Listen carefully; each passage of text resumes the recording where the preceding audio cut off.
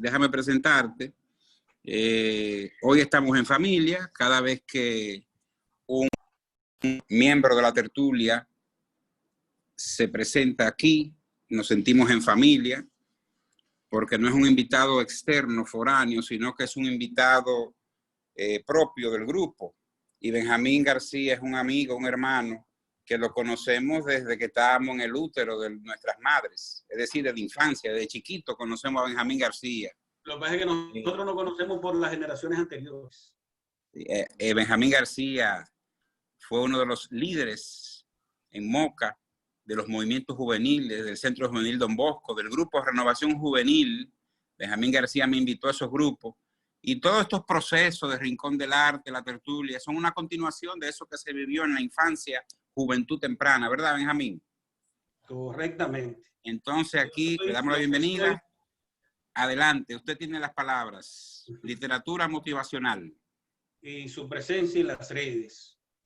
Yo esta mañana, cuando envié la invitación, dije, vamos a hablar de cosas bonitas. Porque originalmente habíamos hablado de eso, de la idea de qué es eso de literatura motivacional. Y quiero un poco empezar por ahí, aunque previo a eso yo quiero un poco presentarme, porque sé que hay mucha gente que no me conoce. Ciertamente, como dice Bruno, yo vengo de esta formación salesiana, el Centro Juvenil Don Bosco, y después pues el mismo centro me llevó por otros caminos, anduvimos, formamos grupos con Bruno, Iki Tejada, el Rincón del Arte, que hizo historia en términos de gestión cultural en la ciudad de Moca. Y pues ahí es que se da toda esta formación. Y de hecho yo empiezo a escribir porque me motivé a publicar una agenda. Cuando yo estaba en el Centro Juvenil Don Bosco, me llegó una agenda, el padre Ram Pérez, recuerdo, nos regaló una agenda que se llama Juvenil, creo que todavía la hace, una agenda pequeña con paginitas en colores. Y yo dije, pero mira, esto, yo puedo hacer una cosa de esta, yo puedo hacerla. Y como ya uno siempre en alguna mascota escribía frases o leía frases, entonces guardé esa idea. Hasta que por allá por los años 90 encontré la de José Rafael Sosa para poder vivir y dije, pero esta es la agenda que yo quiero hacer, y ya vi que había algo más tropicalizado y pude hacerla. Entonces cuando empecé a hacer la agenda, que tenía esa carga motivacional, esa carga de literatura motivacional, textos para la vida, para motivar la vida, y como yo siempre he dicho, que la gente pensara más en la vida a color que en la vida a blanco y negro, pues por ahí empecé a escribir y a redactar textos con ese aliento motivacional. Yo no sabía lo que estaba escribiendo. Hay un texto ahí que es con el que yo me presento, porque cuando la gente oye hablar de la pasión por la vida, entiende que va a encontrar ahí la solución a todos sus problemas, ¿verdad? Como si yo fuera un coach o un terapeuta, pero yo no soy nada de eso. Yo lo que hago es escribir cosas que yo entiendo que son bonitas para motivar a la gente. Entonces de ahí es que yo acuño esto de literatura motivacional, que es un texto, algo que yo he asumido de manera muy personal. ¿Por qué? Porque cuando yo leía mis textos en talleres, generalmente la gente me preguntaba, ¿pero es un cuento? ¿Es una poesía? ¿O tú pretendes hacer una novela? Y yo decía, bueno, es que ninguna de esas cosas son. No es ni cuento, no es poesía, no es un ensayo, no es nada de eso. Son textos, sencillamente con ese aliento. Bruno fue el que me dijo una vez, el doctor Bruno Rosario me dijo, tienen un aliento poético. ¿Por qué? Porque hay en la construcción de esos textos pues un poco de poesía. Hay imágenes poéticas. Entonces de ahí es que yo voy descubriendo y buscando qué es lo que yo estoy contando, qué es lo que yo estoy diciendo. Me encuentro con que para final del siglo XIX ya habían varios autores, y a principios del siglo XX, ustedes conocen el Ariel, y a mí se me olvidan muchos nombres, ojalá yo pudiera tener esa capacidad que tienen muchos, pero había esa literatura que no era propiamente esa literatura formal en la que hay una historia, como un cuento, una novela, sino que tiene un valor moral incluso, una literatura que busca preservar los valores morales de la sociedad y habla del amor, habla de la ética, habla, bueno, de eso, de la búsqueda del desarrollo del ser humano. Y entonces yo me di cuenta que era eso que yo estaba haciendo. Digo, pero mira, esto es una literatura, pero ¿cómo se llama? Bueno, entonces he acuñado eso de literatura motivacional y además hablo de lo que se llama la terapia de la palabra.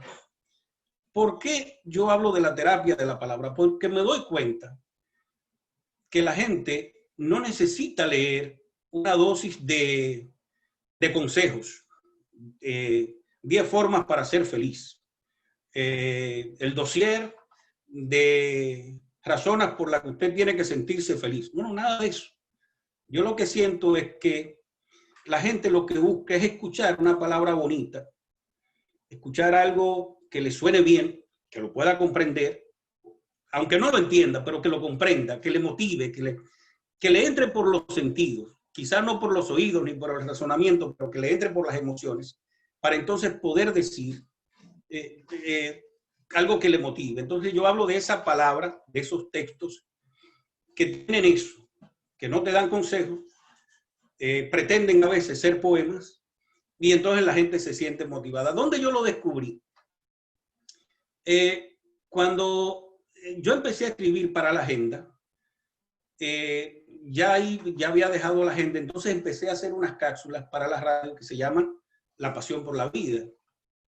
Entonces yo notaba que mucha gente se me acercaba y me decía, oiga, me gustó mucho un texto en el que usted hablaba tal cosa. Yo no lo entendía mucho, pero me fascinó y mire, eso me hizo el día.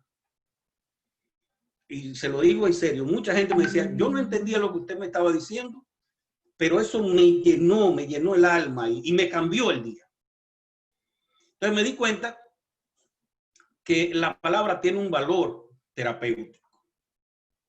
Y por ahí, pues, seguí trabajando esto. Ese texto que yo puse ahí es un poco lo que establece cuáles son mis motivaciones para escribir. Ojalá ustedes lo puedan leer, después yo se lo mando.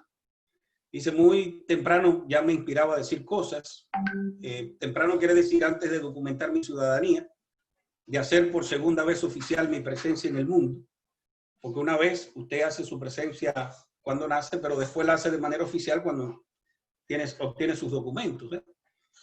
Decir cosas así tranquilas, sin rebuscar, sin aspavientos, solo soplar cuanto el alma dictara. Y así fui construyendo el hábito, o el vicio, como prefieren los profanos, y se me ha instalado, tanto que yo, bueno, ustedes van a leer, yo tengo una situación ahí con algo que me ha salido, que no se me ha quitado. Bueno. No me abandona ni en el confesionario frente al sol por la mañana, cuando ante su luz excomulgo mis penas y reclamo una indulgencia. Porque eso hago como ritual de entrada a la vida en la mañana que despierto. Eso lo hacía, ya no puedo hacerlo. En la rutina me persiguen. En momentos en que me dedicaba a la docencia, debía callar la lección para manchar un papel travieso, haciendo guiños desde la butaca. He detenido el tránsito, literalmente, sin notarlo, es obvio, para dictar ante una caja negra 2 rabietas y un conjuro, que luego figuro en un poema que es como llamo a esta pizca de locura con imagen acústica. Entonces aquí es un poco donde yo hablo de por qué yo escribo. Dice, decir se me hizo necesario ante la lluvia, cuando su torrencial vibraba en mis venas, frente a la luna que buscaba refugio en cada latido de mi pecho, cuando miraba sus ojos serenos y me provocaba dibujar con palabras horizontes inexistentes, cuando soñaba sus besos sin refugio. Decir se me hizo necesario para estimular la sonrisa y el color del paisaje de una mirada perdida. De esto tengo abundancia en los almacenes.